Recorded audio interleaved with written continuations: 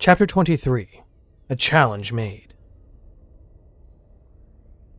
Hoplite sped onward, Michael hooting excitedly as his armored boots left deep imprints on the forest floor. Lance gave a yelp of fright every now and then, clinging hard to the arm he was using to hold her aloft. They had been running for close to 6 hours now, it felt like, and Michael's enthusiasm hadn't seemed to drop one bit as he occasionally let out a long woo or hell yeah whenever Hoplite had to jump over an obstacle or quickly swerve around a tree. Lance did not share the young marine's enthusiasm, her pale flesh having turned a shade of sickly green some time ago. She would likely need more time to recuperate once Hoplite set her back down. It shouldn't be too long before they had reached the bastion. Perhaps another few hours of sprinting, nothing too traumatic for her guts. They were deep in the Feywood now, the setting sun casting a fading orange haze through the many leaves above, to shadow the forest floor with its dancing lights. It was a sight that Hoplite had come to enjoy.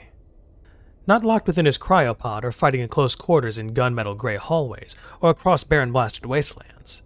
Simply out in the forest, his eyes were drinking in the garish beauty of the Feywood greedily. It was pleasant. Hoplite hadn't felt this way when he had killed the Admic in the Calston forests. Had it been because of the fact he had a clearer mission at the time? Had that been why Hoplite hadn't taken in the scenery as he did now? Perhaps. The growing appreciation for things not related to warfare were beginning to make him somewhat uncomfortable.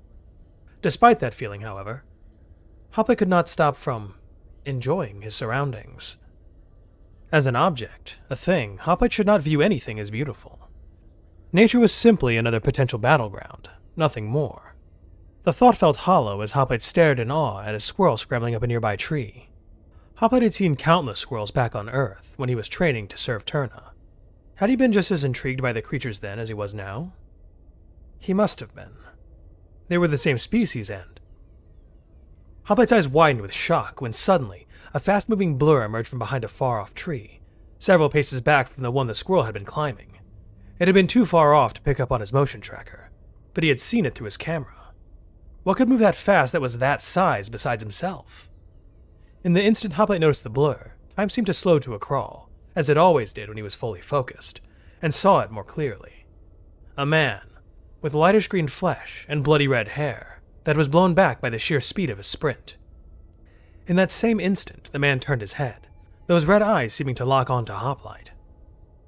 At the same time, both figures dug their heels into the forest floor, twin trails of furrowing soil following each pair of feet until they both came to a complete stop.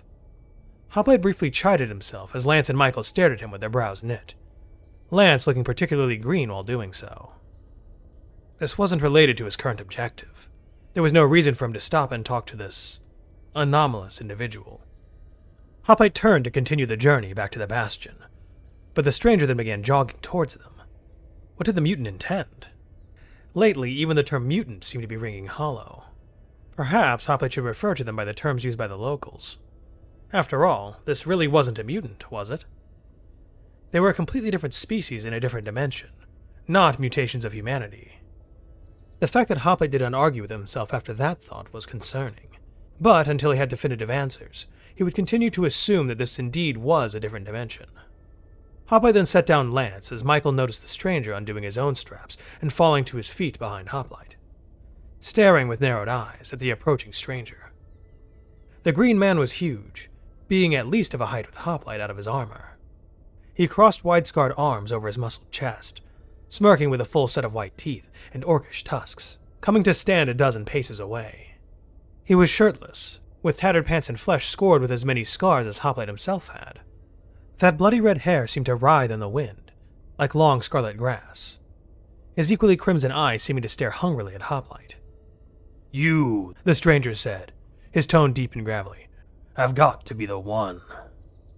Michael unslung his rifle and brought it to bear, not aiming it yet, but staring at the stranger with intensity. Hoplite noticed that the young marine's finger was nearing the trigger, but other than that, Michael remained almost completely still and silent. Something about this stranger had set Michael off, it seemed. Hoplite unslung the Magnus, not aiming it, but having it at the ready in case the stranger turned out to be aggressive. Lance swayed and stumbled over to a nearby tree, leaning heavily against it as she hung her head. She still made sure to keep the stranger in view, though she didn't seem like she was too worried. Lance's gaze seemed to be fixated on the strange glowing purple collar around the stranger's thick neck.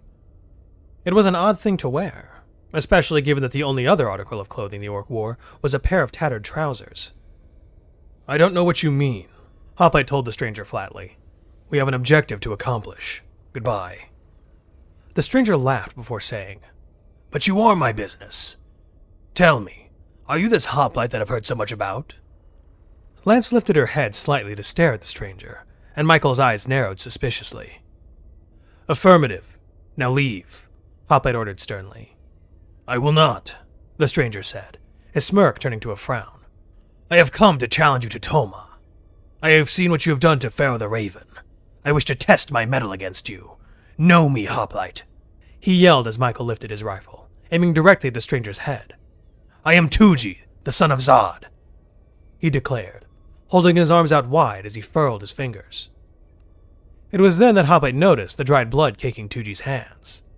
Hoplite blinked in surprise as a strange feeling began welling up at his chest. For whatever reason, Hoplite desired to neutralize this man. Desire. That was one of the most dangerous emotions, one that every Hoplite was trained to suppress. Yet now, Hoplite could feel nothing more than the urge to eschew his shotgun, so he could go and beat the orc to death with his bare fists. Why did he feel this way all of a sudden? Taking a deep breath, he reined in his insubordinate emotions, keeping his hands clasped firmly on his shotgun. Whoever Tuji was, he was clearly a hostile. That had to be the reason why Hoplite felt this way. Yet why did he want to be rid of his shotgun to engage in close quarters? He would simply blow the orc's head off and be done with it if the creature charged him. With that thought, Hoplite fully raised his shotgun, finger on the trigger as the Pillarborn continued his mad laugh. Lance screamed in terror, falling to her rear as the green seemed to fade from her face to be replaced by a stark paleness. No, she screamed, backing away on all fours as Tuji began to cackle. "Pillarborn? I must thank my third father for guiding me directly to you, Hoplite," Tuji cackled. "He has always had a way of helping me find my next challenge." Pillarborn? Hoplite had heard that term from Lance before. When they had met that strange party of misfits, Lance had asked Twindale if she had been sanctioned, the paladin having indeed confirmed that she was indeed not Pillarborn. Or in simpler terms, a godling.